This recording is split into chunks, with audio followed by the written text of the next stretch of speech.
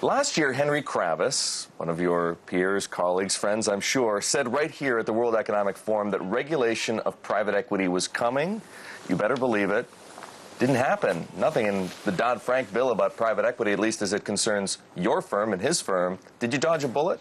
Well, there was some regulation. We do have to, under that bill, register with the SEC. It's not onerous, but we do have to register. In Europe, there has been some constraints on private equity, so it wasn't as if we escaped without any regulation at all. I think the Volcker rule probably got most of the attention relating to private equity, saying that banks had to more or less get out of private equity as investors.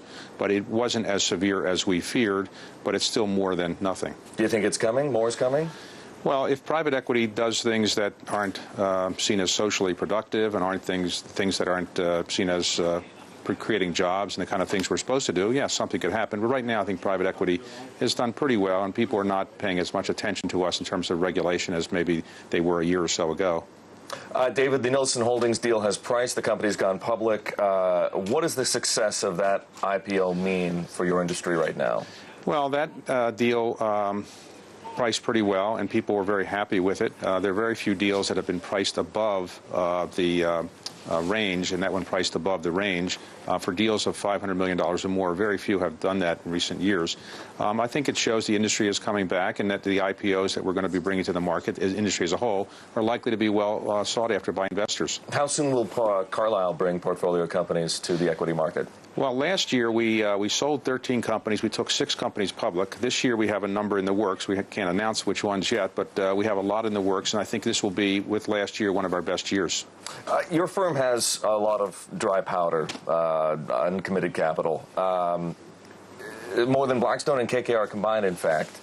Are your investors pushing you to put that money to work? Are they a little more reluctant, perhaps, until you do, to invest new money with your new funds? Investors basically trust us. They've invested with us for a long time. We've been in business for almost 25 years, and so they trust our judgment. So they're not pushing us to do anything that we think is inappropriate. However, our Chief Investment Officer, Bill Conway, has been fairly aggressive in last year and this year, thinking that we should be, pretty bullish about the economy, and we have been more aggressive than maybe some other firms. One of your competitors is trying to raise the first flagship fund since the onset of the credit crisis. How is that going to affect your plans for fundraising in 2011? We raise money when we need the money. Right now, we're in pretty good shape, so I don't expect we'll be raising any money for a large U.S. buyout fund anytime soon, but at some point, maybe within a year or so, we would do so. Are we going to see a mega fund raised? Could we see funds of $15, $20 billion anytime soon? I don't think that's realistic at this time. I think probably something around $10 billion or maybe $12 billion is more realistic at this time. But, in a year or so, who knows? But I don't think a $15 or $20 billion fund is likely right now.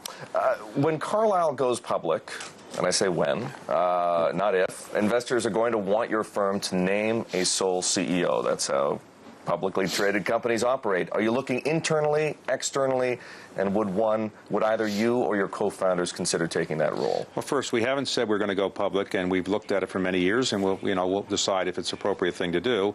We've done pretty well as a private company for many years. There are other publicly traded private equity firms that don't have a sole CEO. Henry Kravis and George Roberts are co-CEOs, so that model does work. So there's no demand that there be one CEO. We just haven't decided that if we go public. Which way would you be going? I mean, the three of you run the company right now. Would you want to stay that way? Well, the three-way model has worked pretty well for some quarter century or so, but we just don't know yet. We haven't had to face that because we're not ready to go public. All right, David, thank you.